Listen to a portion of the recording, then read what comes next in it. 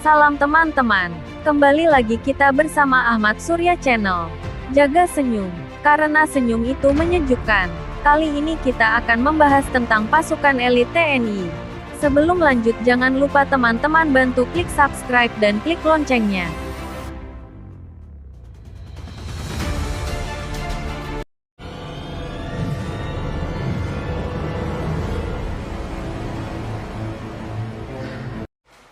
Sembilan pasukan elit TNI yang sangat mematikan. Nomor 1 setara 120 prajurit. Indonesia memiliki pasukan elit yang disegani dunia. Pasukan elit tersebut terdiri dari prajurit Tentara Republik Indonesia (TNI) pilihan yang tergabung dalam beberapa regu khusus. Ada 6 regu khusus berasal dari 3 matra, Angkatan Darat, Angkatan Laut, dan Angkatan Udara, yang disegani dunia. Mengutip dari berbagai sumber, berikut 9 pasukan khusus paling mematikan yang dimiliki TNI. 1. Denjaka, Detasemen Jalamangkara. Denjaka merupakan detasemen penanggulangan teror aspek laut yang berasal dari TNI Angkatan Laut. Denjaka adalah satuan gabungan antara personel Komando Pasukan Katak Kopaska dan Batalion Intai Amfibi TIE Fighter Korps Marinir TNI AL. Anggota Denjaka dididik di Bumi Marinir Cilandak, Jakarta Selatan, dan harus menyelesaikan suatu pendidikan yang disebut PTAL, Penanggulangan Teror Aspek Laut. Lama pendidikan untuk menjadi anggota Denjaka adalah 6 bulan. Dikabarkan, tak banyak prajurit TNI yang bisa lolos dalam pendidikan untuk menjadi anggota Denjaka. Dari ratusan prajurit yang ikut pendidikan, hanya sekitar 50 yang terpilih menjadi anggota Denjaka. Sebabnya, anggota Denjaka wajib memiliki IQ tinggi dan harus kuat menjalani latihan keras dan mengancam nyawa. Detasemen dengan moto Satyawira Dharma ini dikhususkan untuk satuan anti-teror walaupun mereka juga bisa dioperasikan di mana saja terutama anti-teror aspek laut. Berdasarkan informasi yang dihimpun, satu anggota Denjaka setara dengan 120 prajurit biasa. 2. Yontai Fight, Batalion Intai Amfibi. Yontai Fight merupakan satuan elit Korps Marinir yang memiliki spesialisasi dalam operasi pengintaian amfibi, Amphibious Reconnaissance, dan pengintaian khusus Special Reconnaissance. Kesatuan ini sebanding dengan halnya Grup 3, Sandi Yuda Kopassus dalam jajaran TNI Angkatan Darat. Dahulunya satuan ini dikenal dengan nama KIPAM, Komando Intai Para Amfibi. Untuk menjadi anggota Yontai Fight, calon diseleksi dari prajurit marinir yang memenuhi persyaratan mental, fisik, kesehatan, dan telah berdinas aktif minimal 2 tahun. Salah satu program latihan bagi siswa pendidikan Intai Amfibi adalah berenang dalam kondisi tangan dan kaki terikat sejauh 3 km. Dari satuan ini kemudian direkrut lagi prajurit terbaik untuk masuk ke dalam detasemen Jalamangkara, Denjaka. Pasukan elitnya TNI Angkatan Laut. 3. Kopaska, Komando Pasukan Katak Kopaska, merupakan pasukan khusus dari TNI Angkatan Laut. Kopaska didirikan pada tanggal 31 Maret tahun 1962 oleh Presiden Soekarno untuk mendukung kampanye militer di Irian Jaya.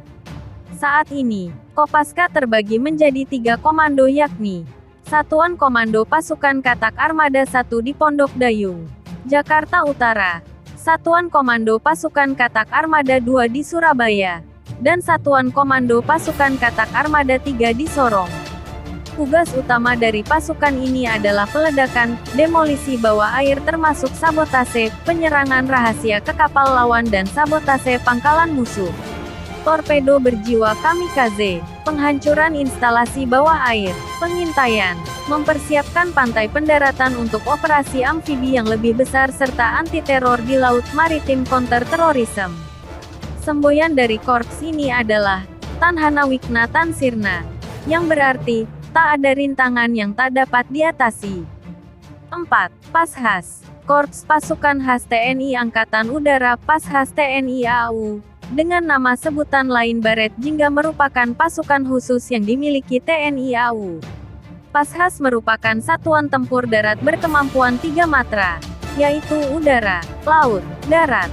Setiap prajurit Pashas diharuskan minimal memiliki kualifikasi para komando, parako, untuk dapat melaksanakan tugas secara profesional. Kemudian ditambahkan kemampuan khusus kematraudaraan sesuai dengan spesialisasinya.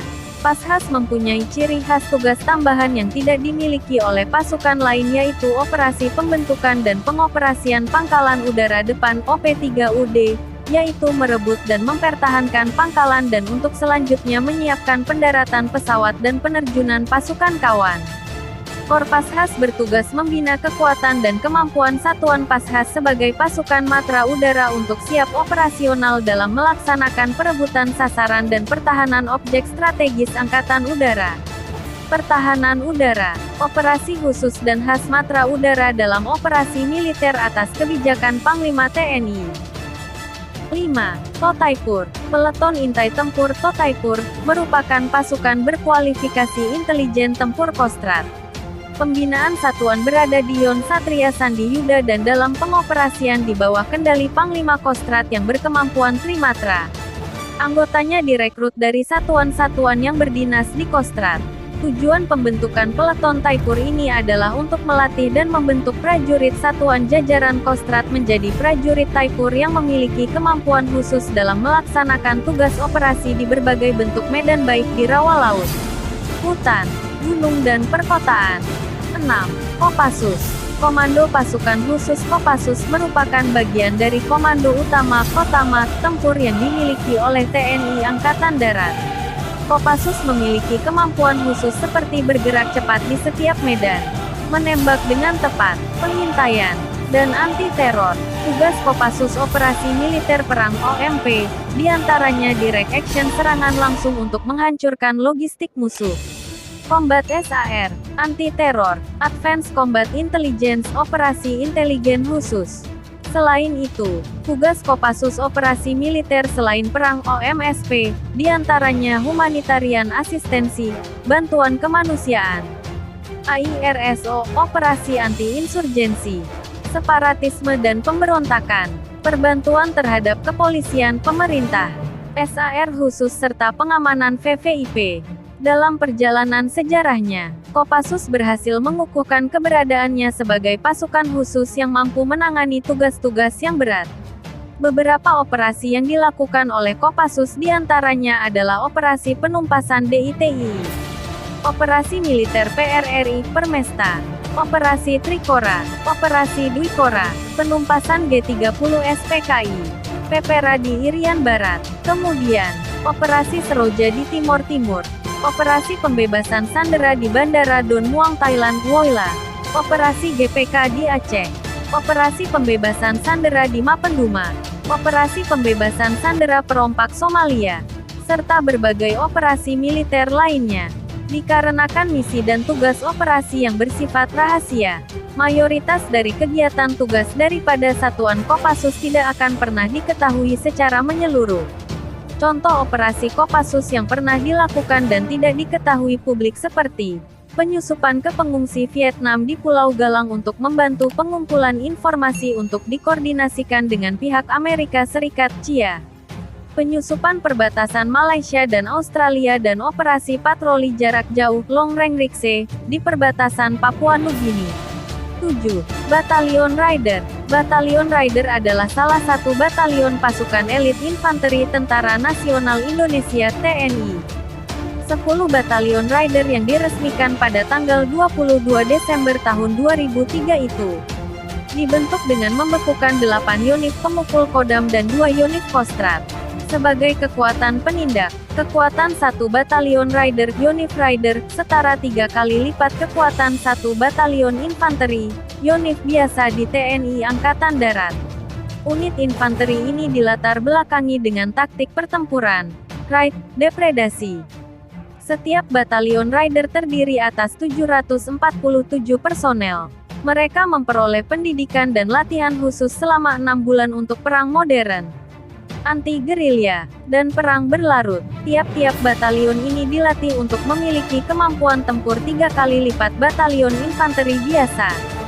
Mereka dilatih untuk melakukan penyergapan dan mobil udara. seperti terjun dari helikopter. 50 orang personel di antara 747 orang personel dalam satu batalion Raider memiliki kemampuan anti-teror dan keahlian-keahlian khusus lainnya. 8. SAT-81 Gultor.